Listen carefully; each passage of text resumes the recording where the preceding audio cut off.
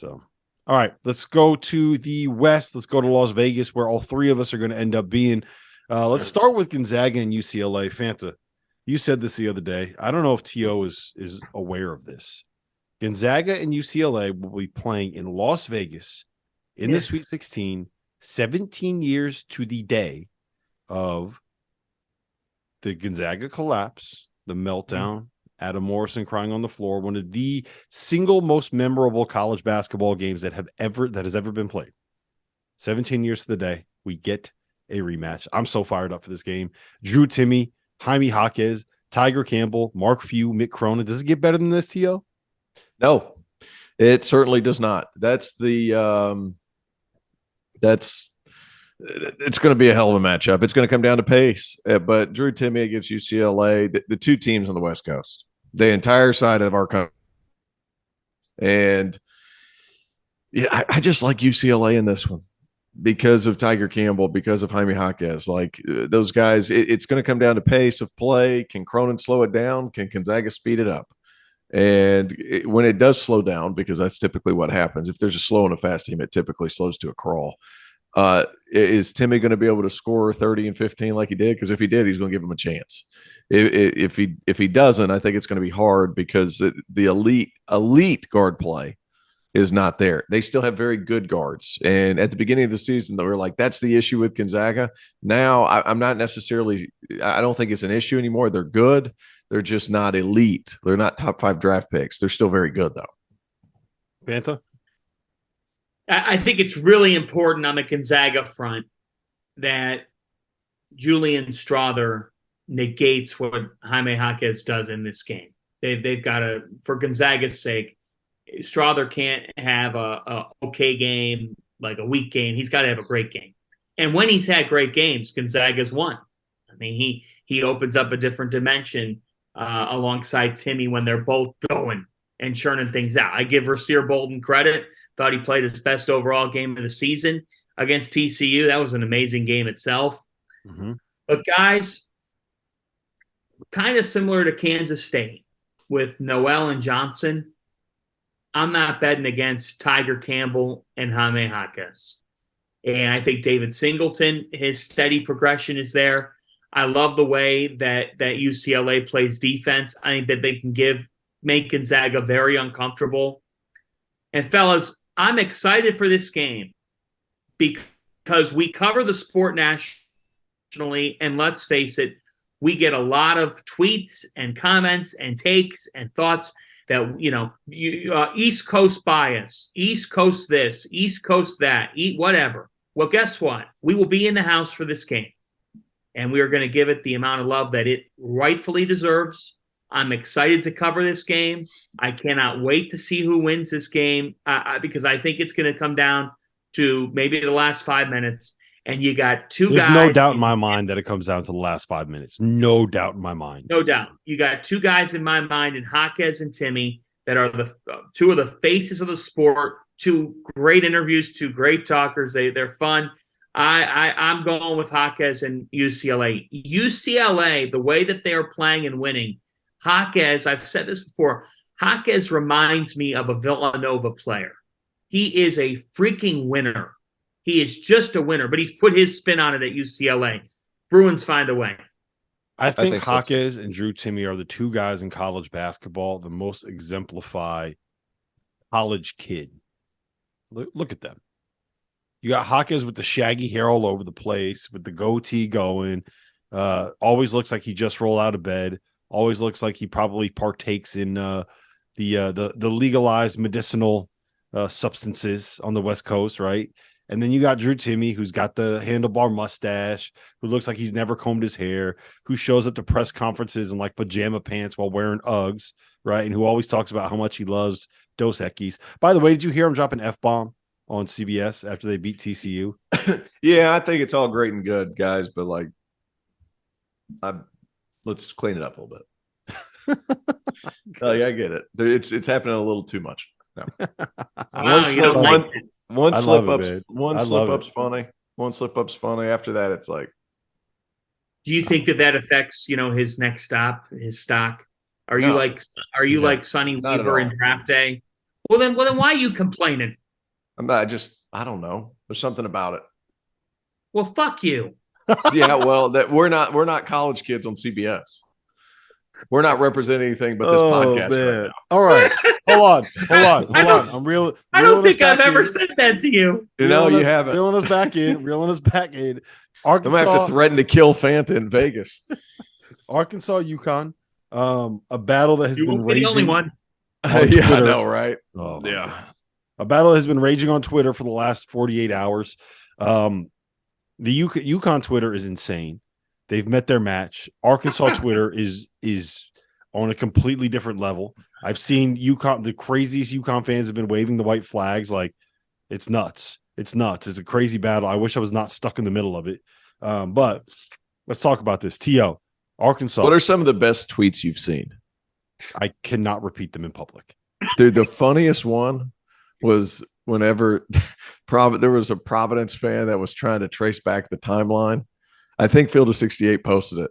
And he's like, and then a Georgetown guy came back. Oh, yeah. The guy was like, so he walks through the whole timeline, and the guy's like, can you do the Kennedy assassination next? And then the guy goes, there were 2 shooters. And a random fan pops up and goes, that's 2 more shooters than Georgetown had the last 2 years. Dude, Twitter's been on fire. Big East Twitter's been on fire lately. Yeah. All right. So we got about 5 minutes left. Let's break this matchup down. 5 minutes for the best game. Yeah, Muss is as good as anybody when it comes to exploiting specific matchups. Dan Hurley is as good as anybody when it comes to getting his team to play his game, and when they're better, winning those games. Who wins out? How does this thing play out? T.O., what do you got here? Today's episode is presented by Underdog Fantasy, the easiest place to play college basketball's pick'em, where you get real cash prizes simply by picking player stats in this weekend's games. In pick'em, all you do is pick whether a player will go higher or lower in Underdog's projected totals. That's points, rebounds, whatever. If you're like me and you think Marquise Noel is going to go absolutely nuts this weekend, pick higher on his points projection, throw in a couple of other picks, and if you hit them all, you can win 20 times your money on a single game. Underdog's slick mobile app is easy enough that dummies like Jeff Goodman have even figured it out. So go to UnderdogFantasy.com or download the app and use the code FIELD, FIELD, to get a 100% deposit match up to $100. Get in on the madness now. Who does Muss attack? My guess is what he does is Caravan. I don't think you can attack Caravan right now. No. Caravan has really improved on, he went from being like a liability to being a guy that it does not get exploited anymore. He just does not. My guess what they do is they try to force switches, and they try to get one of the big guys on one of their smaller guys. And if that doesn't work, then they're going small and they're making Adama Sanogo guard somebody on the perimeter, or Donovan Clingan guard somebody on the perimeter. And they're just going to say, if you beat us up inside, we'll try to figure it out. I just don't know. I just don't know who you attack for UConn. That is so intriguing, because Donovan Clingan, even when he gets stuck out on the perimeter, he's so damn big. Mm-hmm. You know what I mean? I don't know how you attack UConn. Here's the other thing I think they do. I think they ISO Tristan Newton and go at Tristan Newton and see if they can't get him in foul trouble. Because if you get him in foul trouble, then all of a sudden you don't have a guy that can create off the bounce. And the one thing that Arkansas can do defensively is they have enough where if they want to switch everything, they can switch everything and really get out and pressure you. Right. So yeah, no, I elite backcourt versus elite front court. That's what it comes down to for me. And we say guards win. Those guards are young. There's so many good storylines, different ways you can attack. I'm so curious how they're going to go at each other and how they're going to try to attack. UConn, you kind of know what they're going to do. You're going to try to run some offense, get some post touches. You can confuse some younger kids sometimes by running a million staggers and things like that, making them chase through. Yes. But I just don't know that you're going to be able to do it. This is going to be a great game. It's going to come down to individual playmaking, because both teams are going to be really well coached. Mm-hmm. Yeah, and that's where if UConn wins this game, it's because Jordan Hawkins continues to be the individual who makes the difference on the floor. Who do you put on him? Well, probably. I mean, I'm thinking Jordan Walsh. Don't you guys think that? I think he's Arkansas's best defender. Don't you want to take away the most lethal of their perimeter presences? I think that's what I you would do say too. Walsh. Yeah, I would do that. I would have Walsh on Hawkins, and then I would have Anthony Black probably running around with Newton. Yeah, with Newton. God, those matchups are so good. And then obviously Andre Jackson. Maybe Walsh goes on Newton. What I would do is put Walsh on Newton. I think I'd have Devo Davis on Hawkins because I want someone because he's a little bit shorter, and I think it'd be easier for him to kind of get around those screens.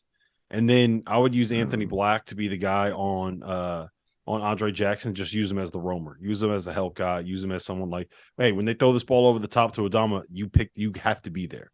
I bet the guy they continue to switch off of, or they continue to throw different bodies at, is Hawkins. Like I bet they mix and match that one up quite a bit. You have to, like, yeah, that dude can run 2 miles in like 9 minutes. Yeah, I know. Yes, Nobody in America has the stamina that kid does. Yep, it's gonna be an amazing game, and Sonogo is on a mission, and this is the best he's played in his career. Yep. This kid is playing on another level. You talk with him. I mean, we all have talked with him. I'm so excited for him to be up at the podium all this week because the guy is he's not a good quote. He's a great quote. He does not. Unbelievable quote. And I can tell you right now that entire coaching staff, like one of their biggest concerns this week is like, how do we stop Anthony Black? How do we stop Nick Smith? How do we stop Ricky Council? How do we stop Adama from running his mouth? That's like the checklist of things they're worried about. I love him. I absolutely love him. The one benefit is that he talks so fast and he's got such a thick accent that like maybe 50% of America is going to be able to like pick up what he's putting down, you know. But he's oh man, he's not afraid to let you know. He's got a little. He works with Hurley. He's not afraid to let you know. Anybody got a gut feeling that UConn finds a way to win this game? Yeah, I do too. That's I do too. I'm very cautiously optimistic about this draw. Like at this point, any loss is going to be a loss, but I'm very cautiously optimistic about this matchup. Listen, we're going to have a lot more to talk about when it comes to this. We're going to be breaking all of this down throughout the week.